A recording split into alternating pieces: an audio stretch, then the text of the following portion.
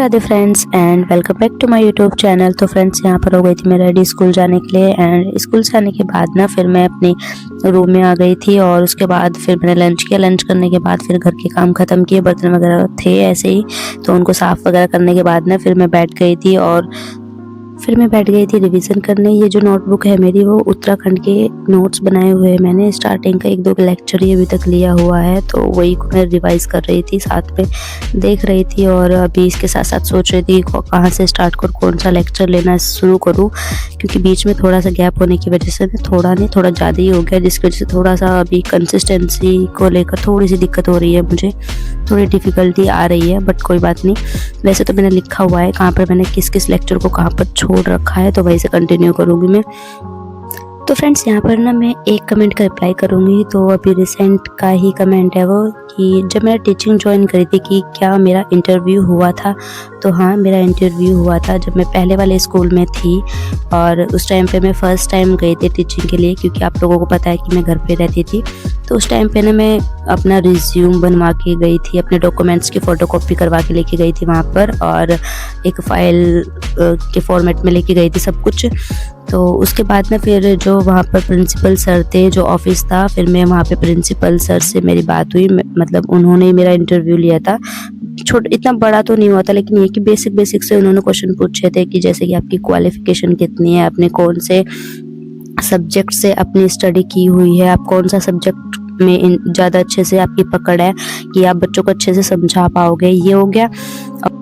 And second जो most important part है वो है कॉन्फिडेंस। आपके मतलब आपको कितना कॉन्फिडेंस है कि आप अपने क्लास के बच्चों को हैंडल कर पाते हो, तो ये बहुत ज़्यादा ज़रूरी हो जाता है। और एक प्रिंसिपल जो होता है वो आपसे ये चीज़ तो एक्सपेक्ट भी करता है कि हाँ, आपके अंदर कॉन्फिडेंस होना चाहिए ताकि आपके बच्चे, आपकी क्लास के जो बच्चे हैं वो आपके कंट्रोल में रहे। पढ़ाई तो होगी साथ के साथ, ये हो गया। उसके साथ साथ ही एक और चीज़ और होती है कि आप ना जब ट्राई करोगे ना टीचिंग के लिए, तो आप एक ही स्कूल के ऊपर डिपेंड मत रहना।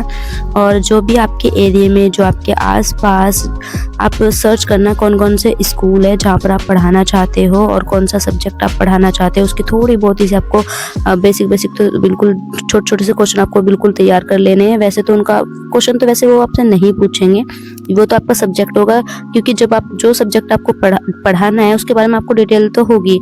और ऐसा तो है नहीं सर कुछ भी आपसे पूछ लेंगे तो ज़रूरी नहीं है कि आप उनके सभी सवालों के जवाब भी दे पाओ, ये भी पॉसिबल नहीं है। तो इम्पोर्टेंट ये है कि जब आप टीचिंग के लिए अप्लाई करोगे तो आपके एरिया में जितने भी स्कूल होंगे वहाँ पर आप उनको एक लिस्ट बना लेना उनकी, और आप कहाँ पर ट्राई करना चाहते हो। एक बार तो आप सब में ही देख लेना, अपना इंटरव्यू देख लेना, होगा तब भी ठीक है, नहीं होगा तब भी ठीक है। बस ये कि आपका कॉन्फिडेंस लूज़ नहीं होना चाहिए वहाँ पर। अब लगना चाहिए कि हाँ, बंदे को कॉन्फिडेंस है, भले ही आपने पहले ना पढ़ाया हो। तो ये इंपॉर्टेंट चीज़ हो जाती है। बाकी अगर वहाँ पर वैकेंसी होंगी तो वो आपको रख लेंगे, अदरवाइज़ थोड़ा सा मतलब अगर अभी नहीं होगी तो आप जैसे उनको अपना रिज्यूम दे के जाओगे तो कुछ टाइम बाद या जब भी होगी उनके पास तो आपका नंबर तो लेंगे, तो उसके बाद आपको कॉल कर दी जाएगी। तो एक छोटा सा प्रोसेस होता है यहाँ पर। लेकिन हाँ, अगर आपको अभी एकदम अभी आपको ज़रूरत है टीचिंग की, तो फिर तो आपको करना पड़ेगा कहीं पे भी, मतलब जहाँ पर जितना भी वो पे करेंगे फिर आपको उतना ही। और एक चीज़ और बताऊँ मैं आपको, इम्पोर्टेंट है, जो मुझसे पता करी थी यहाँ पर, कि आप कितनी सैलरी चाहते हो, ये तो वो आपसे पता कर लेंगे, ठीक है। इसके लिए आप क्या करोगे कि आप ना आपके आसपास में जितने वहाँ पे मतलब जो स्कूल आपके टारगेट में है कि आप मुझे इस स्कूल में ज्वाइन करना है, तो वहाँ पर अगर आपके कोई फ्रेंड्स वगैरह हो, कोई आस पड़ोस का कोई हो, आपका जानकार कोई हो, तो आप एक बार उनसे बात कर लेना कि वो उनको कितना पे कर रहे हैं, तो उसी हिसाब से आप अपनी सैलरी उनको बता देना, थोड़ी ज़्यादा ही बता देना। और उसके साथ साथ एक चीज़ और होती है कि और यदि आप फ्रेशर हो तो फिर तो वो डिपेंड करता है कि स्कूल वालों के ऊपर है कि जितना उनका मतलब बेसिक पे वो देते होंगे उतना ही वो आपको वहाँ पर पे करेंगे। तो वो तो डिपेंड करेगा उनके ऊपर, यदि आप फ्रेशर हो तो। अगर आप कहीं और पे ऑलरेडी आपके पास एक्सपीरियंस है तो फिर तो आपका मतलब अच्छे से इंक्रीमेंट वगैरह अच्छे से वो कर देंगे। तो ये था स्कूल के बारे में। आई होप आप लोगों को मतलब समझ आया होगा जो मैंने अभी तक सीखा है, इतना मतलब जो इतने टाइम पीरियड में जब तक मैं स्कूल गई और अब तक। तो ये मेरी नॉलेज थी, मैंने आप लोगों के साथ शेयर कर दी है, बाकी आप लोग मुझे बता देना।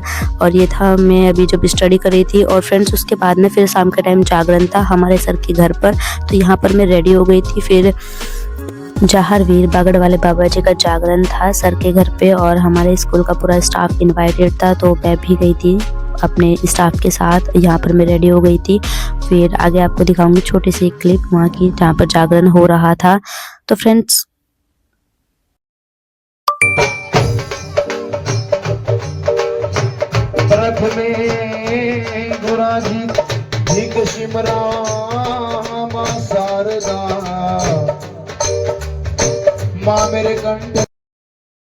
ये था आज का मेरा डे। तो आई होप आप लोगों को पसंद आया होगा। पसंद आया तो लाइक कर देना एंड कमेंट कर देना। अगर आप लोगों के कुछ क्वेरीज होगी तो जल्दी आप लोगों से मेरी मुलाकात होगी फिर नेक्स्ट व्लॉग में। तब तक के लिए bye bye and take care. मिलते हैं नेक्स्ट व्लॉग में। Bye bye.